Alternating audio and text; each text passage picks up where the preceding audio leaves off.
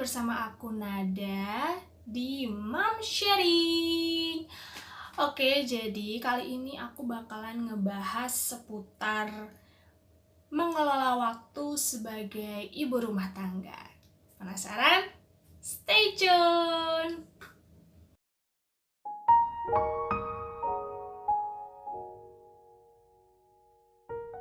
Oke Mams, jadi mengelola waktu sebagai ibu rumah tangga itu pasti punya tantangannya tersendiri. Mulai dari pekerjaan rumah, mengurus anak, mengurus suami, dan pekerjaan-pekerjaan lain seperti itu. Nah, kalau pengalaman aku, yang pertama buat daftar prioritas. Nah, jadi prioritas aku itu adalah yang pertama bikin sarapan dulu supaya pagi itu gak hektik, supaya kita punya tenaga.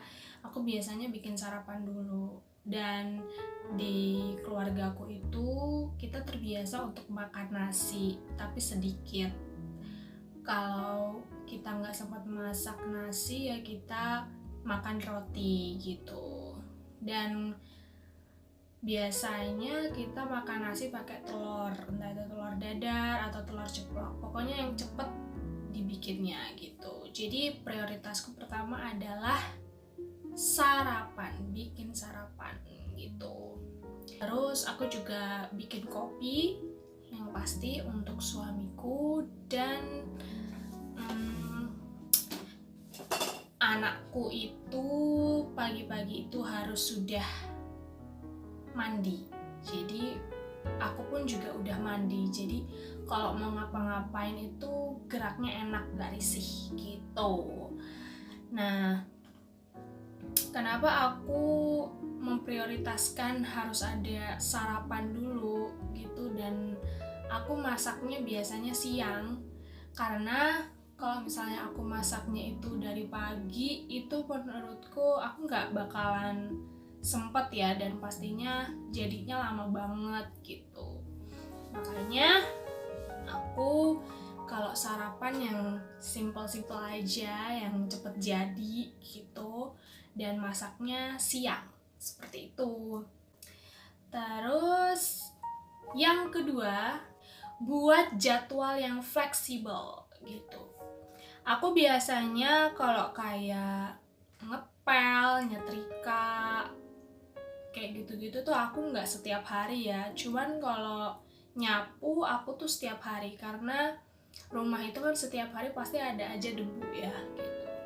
Kalau ngepel, nyetrika, nyuci baju itu biasanya aku 3 hari sekali, kalau nyuci seminggu sekali, seperti itu. Jadi kitanya juga nggak kecapean gitu. Terus selain itu kita jadi punya waktu untuk merawat diri kita sendiri, ya kan? Kita bisa skincarean, kita bisa olahraga di rumah, ya kan? Jadi setiap hari gak aku bikin beban sih gitu. Setiap hari gak harus ngepel, setiap hari gak harus nyuci, setiap hari gak harus nyetrika kayak gitu. Jadi dibikin jadwal yang fleksibel gitu ya Mams. Terus yang ketiga, manfaatkan waktu luang. Jadi kalau misalnya anakku tidur, itu biasanya aku manfaatkan untuk bikin konten, untuk baca buku, menulis, journaling, kayak gitu-gitu yang bisa bisa jadi terapi buat diri kita sendiri, bisa menjadi self healing buat diri kita sendiri gitu.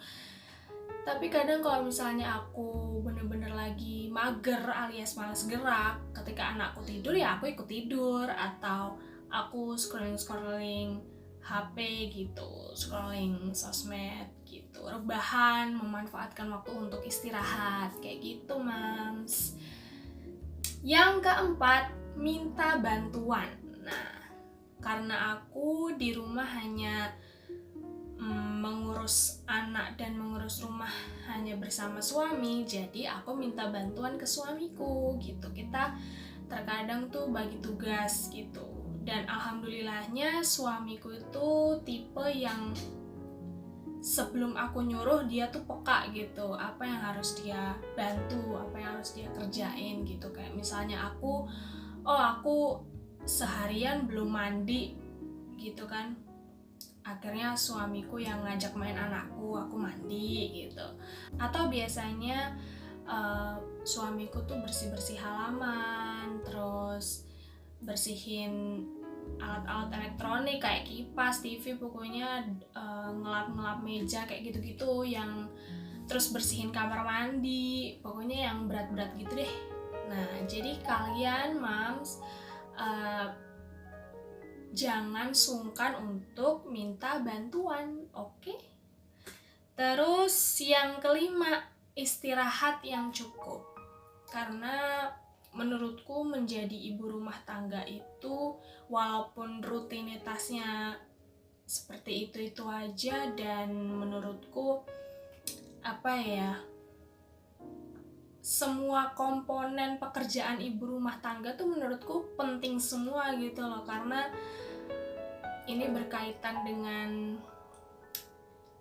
keluarga dan berkaitan dengan kebutuhan anak dan suami dan diri kita sendiri, ya kan? Kebutuhan makan, kebutuhan pakaian, kebutuhan kebersihan rumah dan lain-lain sebagainya. Jadi menurutku istirahat yang cukup itu penting banget buat kita gitu. Seperti yang aku bilang tadi, kalau misalnya anak kita tidur ya kita ikutan tidur gitu. Kalau misalnya kita nggak bisa tidur ya minimal ikut rebahan lah gitu. Setidaknya melepas badan yang capek, yang pegel-pegel gitu kan. Karena kan aku kayaknya sempet kayaknya banyak ibu-ibu yang anaknya tidur tapi dia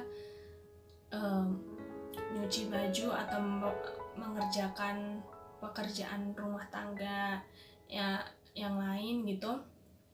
Jadi istirahatnya kadang kurang. Menurutku tips dari aku seperti itu tadi ya. Kalau misalnya anak kalian tidur ya sebisa mungkin kalian ikut tidur. Kalau anak kalian istirahat ya sebisa mungkin kalian ikut istirahat. Kayak gitu ya moms.